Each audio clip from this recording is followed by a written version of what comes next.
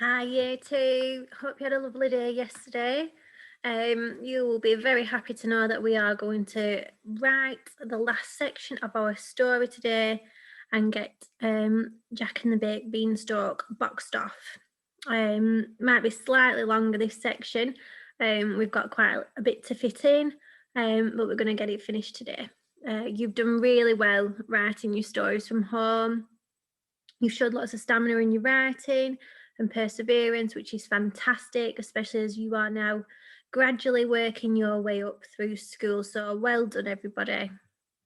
Okie doke.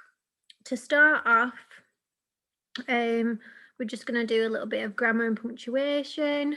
We're going to have a little look at punctuation marks to start. So we've got them down here, the actual symbols, and on this side we've got the written version. So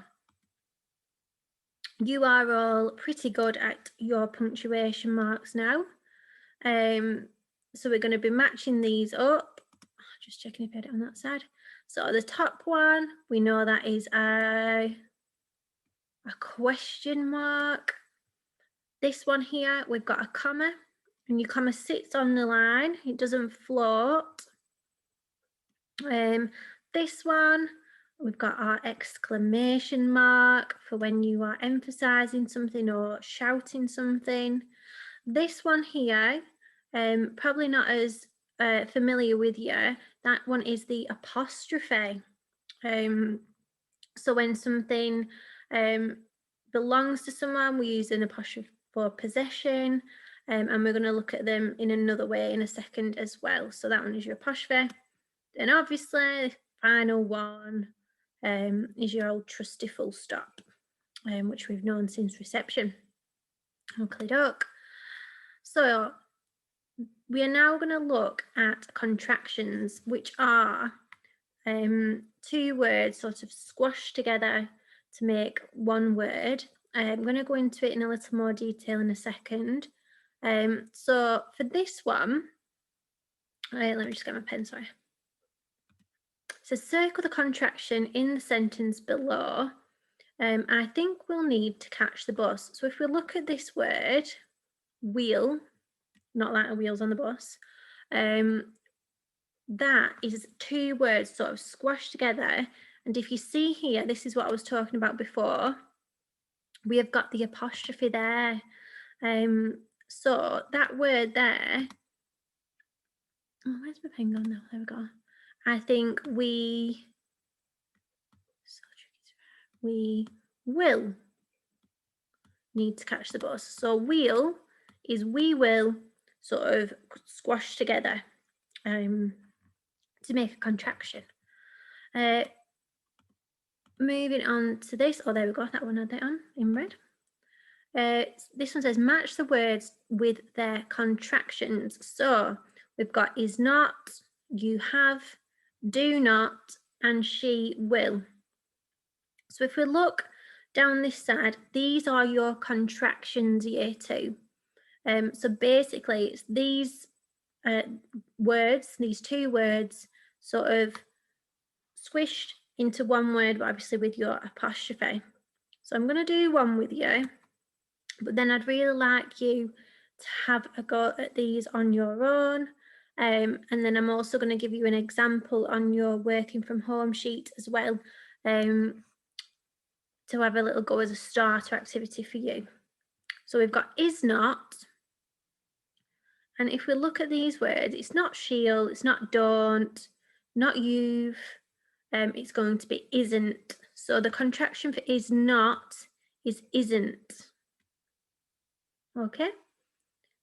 Have a go at those examples that I put on your working from home sheet today. And it just keeps us a little bit more up to date with the grammar and punctuation that we usually do in class that we're going to be back to doing soon, I hope. Okie doke. Right, so at the end of our story, woo! I'm going to box it off today, like I said. Your character should be climbing up the beanstalk now and finding what is on the top of the beanstalk in the clouds. So I've just got a few pictures from Jack and the Baked Beanstalk here.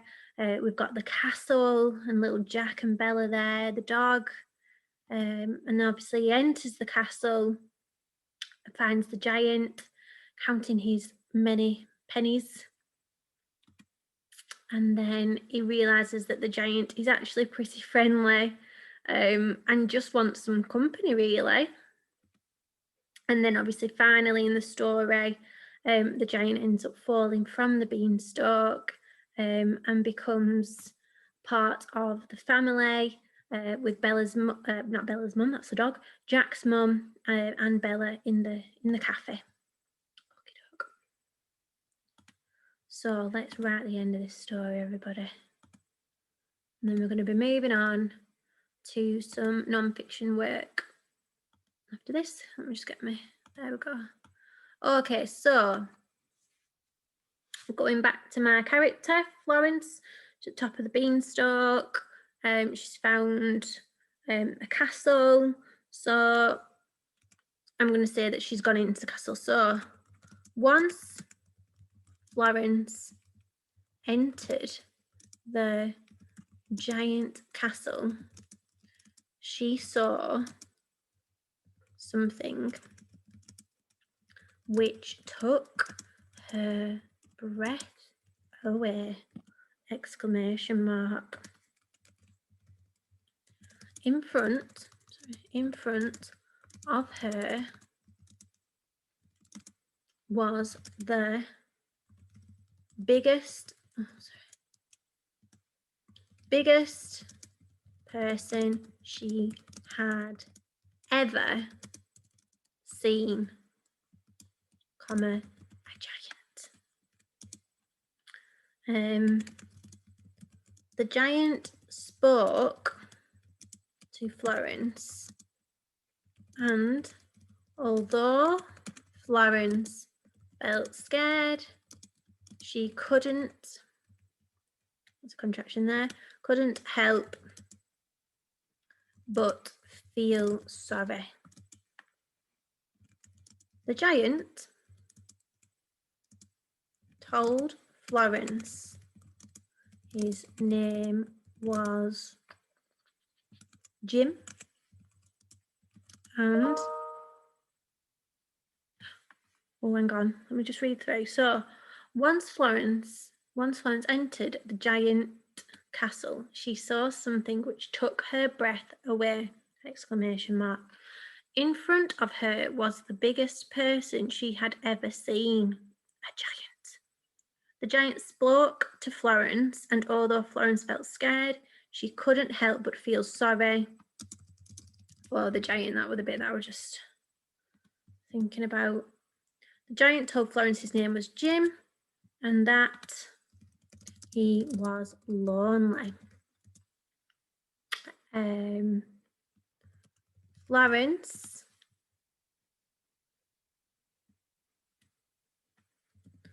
told the giant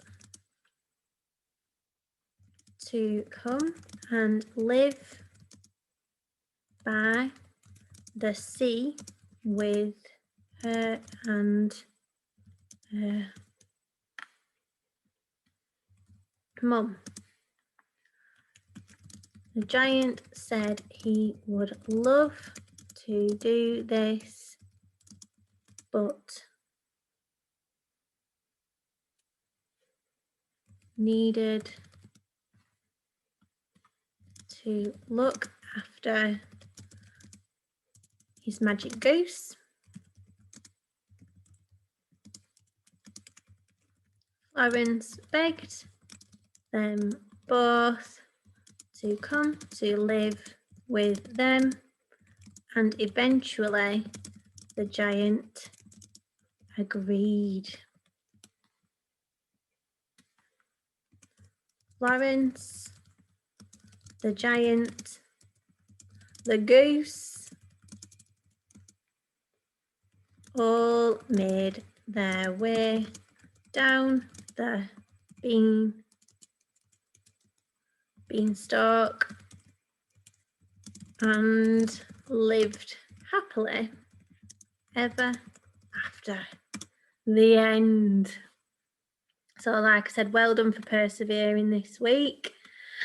If you want your ending to be different slightly, that's fine. If you don't want your sort of traditional happy ending, that's absolutely fine. Just going to read through this one more time. So once Florence entered the giant castle, she saw something which took her breath away. In front of her was the biggest person she had ever seen, a giant. The giant spoke to Florence, and although Florence felt scared, she couldn't help but feel sorry for the giant. The giant told Florence his name was Jim and that he was lonely. Florence told the giant to come and live by the sea with her and her mum. The giant said he would love to do this, but needed to look after his magic goose. Florence begged them both to come to live with them, and eventually the giant agreed. Florence, the giant, the goose all made their way. Florence the giant and the goose all made their way down the beanstalk and lived happily ever after. The end. Okay, so finish your story off today, everybody, and also do your contractions work at the start. Well done, everybody. You're still doing a fantastic job, and I'm still missing you all lots. Okay, see you later, everybody.